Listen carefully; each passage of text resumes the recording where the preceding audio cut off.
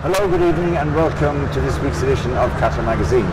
Today I'm with Mr. Ali Marafi, the founder and chairman of QPW, and I hope to ask him a few questions about how he managed to get all of this set up, which you're going to see a little later on in the program.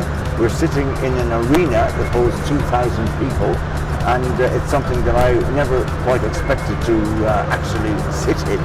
But here we are. So good evening, Mr. Marafi, and thank you very much indeed for talking to us. Thank you. I want to ask you, the first question, of course, is why wrestling in Qatar? I mean, what gave you the idea? What brought this idea to your head? Yeah, actually, we started thinking about this since 2009 when we found how the people like the wrestling when the WWE came to Qatar, 2009, and they love it too much, and you cannot imagine this, more than 12,000 people per night attending this. And they keep asking us why we should have wrestling, not only to see or to witness it live, and they just want even to be a wrestlers. That's the point. They have their emotion and their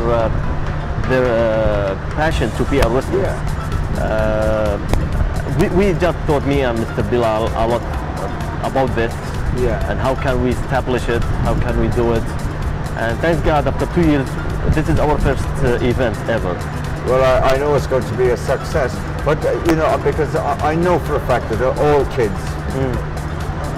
Even older kids like me, you know, they all love wrestling. I mean, they go to it for all lots of different reasons, but mostly it's the excitement. And it's the excitement of seeing something happen in a ring where nobody actually gets killed. You know, so I mean, they really love wrestling. But I mean, to put something on like this, this is not an easy thing, especially in a country like Qatar, like our country here. Yes, as I told you, we face a lot of, let me say, hard times with this, because it's just a new business. When you talk about wrestling, everybody talking about Olympic committees, for example. But it's a business. It's entertainment sport. It's not official sport. It's not like we say Olympic sport. It's entertainment sport. And what we call it sport entertainment. It's mixing between sport, drama, action, challenge, even comedy. The people love this too much, but like what we say, the people, not only in Qatar, all Middle East, they think about, it's fake, we don't want to work on it with it. Because it's not real, it's not sport. If it's sport, let me say this, is it sport? But it's sport entertainment. Because I mean, they even consider themselves in many ways entertainers. Yes, exactly. You're talking about the performance. They have their performance. It's a sport. They are real athletes, by the way. It's a sport in my eyes, because sport is not about competition. Sport is a sport. But I mean, wrestling. I mean, obviously, I mean, we all see wrestling on the TV, and we all see some of the really big stars. And I mean, you don't get bodies like that without working out and without. I mean, you've got to put an awful lot into it to get a lot out of it. And some of these wrestlers that you see, I mean, you look at them, you think, well, now I wish I could have a body like that, you know. But nobody wants to work at it. So you know, all of these wrestlers, they work. I don't know how many hours a day they spend in the gym, because you can't get abs like that without working out in a gym. Let me tell you this. Pro wrestlers have full schedules.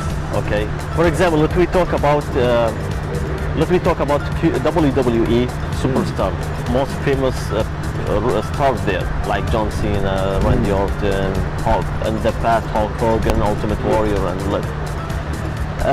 they working every day in the ring. Okay. They spend all their time, morning workout and evening matches. They are not work out for the match, they are work out for their body and their performance and their skills and even their fitnesses. But it's not easy to be a wrestler. It's not easy. Let me tell you this example. In the wrestling camps, you can find 30 people maybe inside taking the workout and training to be a wrestler.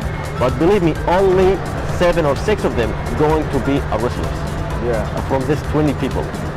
Now, this is a wonderful arena. I mean, I don't know if our viewers, they can only see a portion of it at the moment, but we will be showing them later on. We'll be showing them the whole arena. But I mean, to set up an arena like this, I mean, for yourself to set up an arena like this and your guys, it must have, I mean, really, it must have taken some doing. The size of this tent alone. Yeah, this tent, I want first of all to thank Global Entertainment Group. They own this tent, and we love it. We love it. It's not like any circus tent. It's big, huge tent, as you see. The idea is starting to contacting with Hyatt Plaza. Yeah. And they give us the idea of the tent. I told them I have also my own idea, but let me to take a look on this tent. Yeah. And we love it. We say this is our idea, wrestling. They love it. It's just, let's say, it's unique wrestling. You know, circus. Everybody loves circus, but you can see every year circus in Doha. Yeah. But wrestling, it's something unique. And it belongs to Qatar. This is the most important thing. It's Qatar Pro Wrestling. It's not WWE, it's not TNA, it's not WCW. It's QPW, Qatar Pro Wrestling, which it belongs to Qatar. That's the good thing. Now, how did you attract the wrestlers that you got? I mean, that can't have been easy, because when you decide to do something as you've done, obviously, as you said a little earlier on, their schedule is probably so busy. So how do you find a way of getting these wrestlers to come? I spent more than 13 years in the wrestling business. I have my communication, I have my connecting, I have my relations. I started in wrestling business on 1999. Yeah. I start build this relations from years to years, and to drag them to the Doha. But of course we have a big names like Bobby Lashley, like John Morrison, and less and more people will coming in the future also. We make a deal with them now. The business of wrestling is different than any business. It's not like give him money and come here. No, it's about the trust. If he trusts you, he can work with you for a long time. To make this a trust, you should make your name. And thanks God, I made my name since all these years, through all these years. Well, anyway, I'm ever so pleased about that, and I'm ever so glad that they're here. Now, the other thing, of course, that I want to ask you is that this is the first outlet for QPW. Is this likely now to be a regular? Is it going to be annual, or is it going to be more than one time a year? I mean, the main thing for me when I'm looking at this is setting up this tent, because obviously when the wrestling is finished, they have to take it down again. No, actually they will not bring it down. This tent will be here in Hyatt Plaza. Yes. Now that I did not know. They will be here because it's not only for wrestling. It's for many events. They can use it for many events. It's like venue. It's like a venue for rent. But about wrestling, we have a business plan to make it every 6 months, 3 days. It's too difficult to make it weekly like WWE or big promotion TNA. Because it's very difficult to bring them to Qatar every week from America, from Europe, And also the thing is, so difficult and costs a lot of money. The idea is, because we are so far from their countries, we're going to bring them every 6 months, 3 days.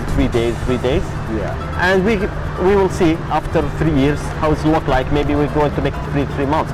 But the good thing is, between this month and that month, we're going to make our Gulf countries tour. We will visit, for example, Saudi Arabia, Kuwait, Oman, Bahrain. We will not stop. I'm waiting for our next event at all. Now, the one question I have to ask you, because this is the Middle East, it's the Gulf. Do you have you found any kind of problem at all with actually staging a wrestling match here? You know, vis-a-vis, any objections? I mean, have you? No, in Qatar nothing. In Qatar, even Dubai, even Kuwait, they got wrestling before, small event of wrestling. For example, Abu Dhabi last year, Qatar twice, I think, but with big companies, not exclusive for Qatar or Dubai. Yeah. There is no problem with all that because, you know, like Qatar is opening countries, not like, I didn't find, even Saudi Arabia, it was opening for us. Yeah. Because I think it needs to do that. Because, I mean, a lot of the functions and events that you often find that come to Qatar, it's more economical if they can travel to the 6 different the Gulf states rather than just being in one, because then you can sort of offset the cost, I think. Because I mean, wrestling is an expensive business. It's exactly expensive business, but also making business. That's a good thing. The good wrestling is not about only money. That's a good thing because you have branches. Like example, I have my QPW, but I have my financial business also. I can use them for many things, for the marketing, for advertising, making more commercial for other companies, for examples, because they're going to be big stars and they need them.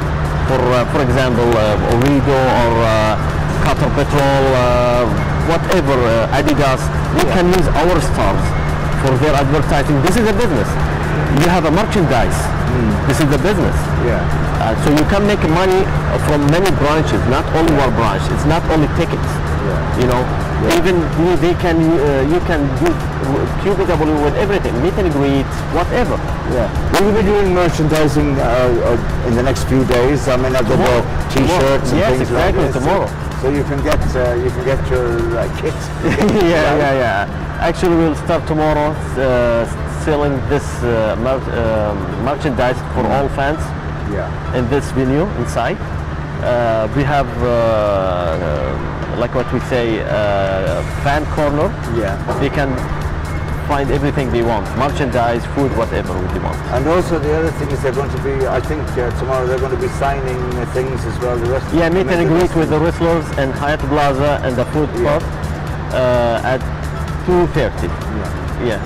Well, I can do no more than wish you absolutely great success with this. And I think I don't think I have to worry. I don't think you have to worry. From what I can see and from the feedback that I've heard outside, I think you're going to have packed houses. Inshallah, it will be exciting. I like it. It's not first time. It will be continued. Today it's 2,000. Inshallah, after 5 years we can find 4,000 seats. I'd like to thank you, Mr. Marafi, for talking to us this evening and giving us an idea, at least, of exactly how you managed to put all this together. Because for me, it's quite mind-boggling. Thank you very much. Thank you so much. Thank you so much.